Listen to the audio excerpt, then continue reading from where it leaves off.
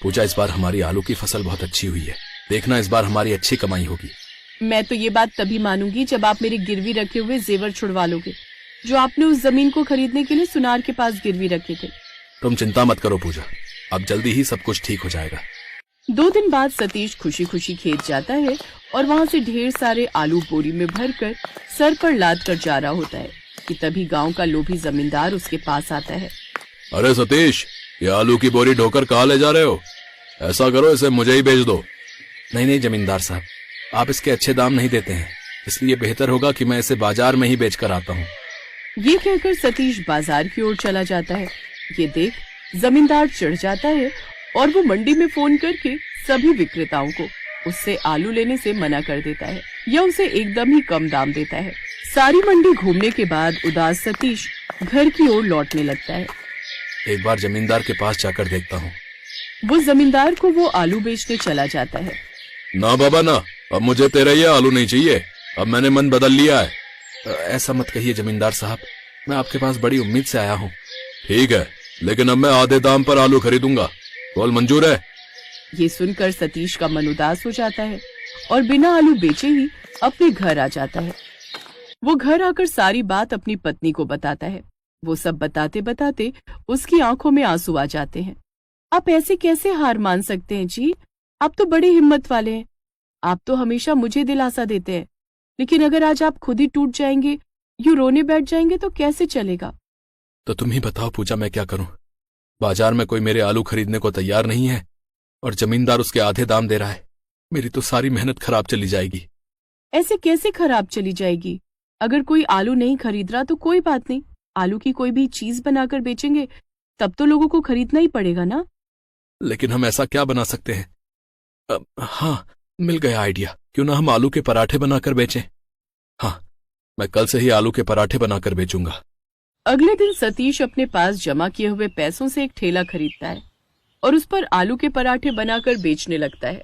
लेकिन उसके आलू के पराठों में न महक थी और न ही स्वाद। फिर एक औरत उसके ठेले पर आती है। क्या लिखा है? सिर्फ 20 रुपए में आलू के पराठे। भाई साहब, जरा आलू के पराठे की एक प्लेट तो लगाना। जी बस अभी लगाता हूँ बहन जी। सतीश जैसे ही उसे आलू के पराठे बनाकर देता है तो उसे खाकर वो कहती है, बताओ भला, ये भी कोई आलू के पराठे? इससे अच्छे पराठे तो मेरी सास बना लेती है। इससे अच्छा तो मैं आलू की चाट ही खा लेती। बेकार में मेरे पैसे बर्बाद किए। भैया, मैं तो आपको यही सलाह दूंगी कि आप ये आलू के पराठे बेचना बंद कर दो। ये आपके बस की बात नहीं है। ये कहकर वो औरत वहाँ से चली जाती है। सतीश को उसकी बात बड़ी बुरी लगती है, लेकिन अब जो भी ग्राहक उसके पास आता, उनमें से किसी को भी उसके हाथ के बने हुए पराठे पसंद ही नहीं आते। छी छी, ये भी कोई पराठे? अरे इससे अच्छे पराठे तो मेरी 15 साल की बेटी बना लेती है। ये रहे तेरे पराठे, खुद ही खा, मैं नहीं देने वाला तुझे कोई पैसे वैसे, समझा? ये कहकर ग्राहक उसकी दुकान से जाने लगते हैं। सतीश उदास मन से घर आ जाता है और पूजा को सारी बात बताता है।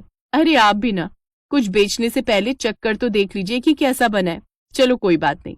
वैसे उस औरत ने जाते जाते आपको एक तरकीब बता दी है। आप आलू की चाट का ठेला लगा लीजिए। आपके पास सामान तो सारा ही रखा है, तेल मसाले सब तो है। पूजा की ये बात सतीश को भी जच जाती है और अगले दिन से वो बाजार में आलू चाट का ठेला लगाता है। आलू चाट ले लो, आलू चाट, गर्मा गर्म मसालेदार आलू चाट, एक बार खाओगे चटकारे लेकर खाओगे। सतीश के आलू चाट की खुशबू बहुत अच्छी थी। उसकी आलू चाट की महक पूरे बाजार में फैल जाती है।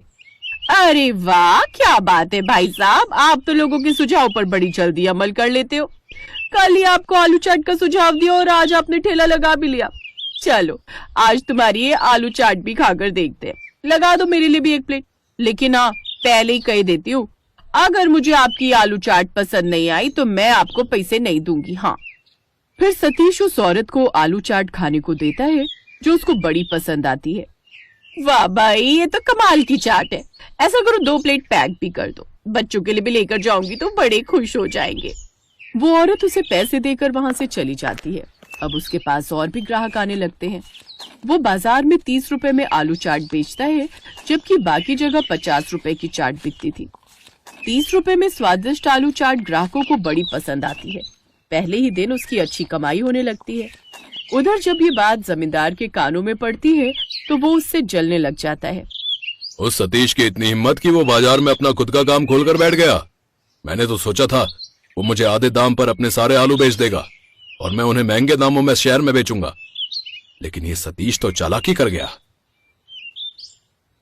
हाँ हाँ, सच में सतीश तो बहुत ही अच्छी आलू चाट बनाता है। मैं तो सोच रही हूँ कि अपनी बेटी की शादी में उसको आलू चाट बनाने का ऑर्डर दे दूं। हाँ हाँ, क्यों नहीं, अपने गांव का आदमी है, सस्ते में चाट बनाकर दे देगा ब्याह में। तुम जाकर उसके घर पर ये ऑर्डर दे आओ। जमींदार सुनीता को सतीश के घर ऑर्डर देने भेज देता है। उधर वो अपने मन में एक अलग ही जाल बुन रहा था।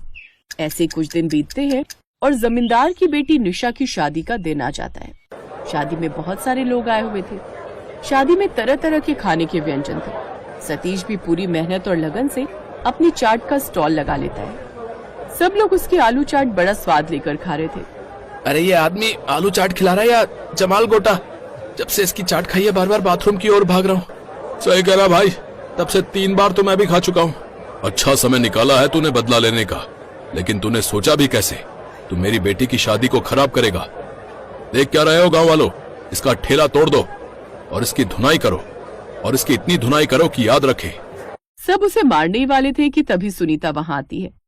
रुक जाइए, इन सब में इस बेचारी की कोई गलती नहीं है। ये सब किया धरा मेरे पति का है। अरे आपको बिल्कुल भी शर्म नहीं आती है सब करवाते हुए? मैंने आपको सतीश की चाट में जमाल गोटा मिलाते हुए देख लिया था। मैं कभी नहीं चाहूंगी कि मेरी बेटी की शादी में किसी गरीब के साथ ये सब गलत हो। जमींदार को अपनी गलती का एहसास होता है और वो सतीश से माफी मांगता है। ये सब मैंने गुस्से में किया सतीश। उस दिन तुमने मुझे सस्ते दामों में आलू बेचने से मना कर दिया था, इसलिए मंडी में फोन करके सबको तुम्हारे आलू खरीदने के लिए भी मैंने ही मना किया था, और आज भी मैंने ही मिलावट की थी। अब मुझे माफ कर दो। अब मैं अपनी गलती का प्रायश्चित करना चाहता हूं। मेरी जो दुकानें खाली पड़ी हैं उसमें तुम आलू की चाट बनाकर बेचना। सतीश उसे माफ कर देता है, जिसके बाद जमींदार भी उसे गांव में आलू चाट की दुकान खुलवा कर दे देता है। अब सतीश और पूजा खुशी खुशी अपनी दुकान चलाते हैं और खूब तरक्की करते हैं।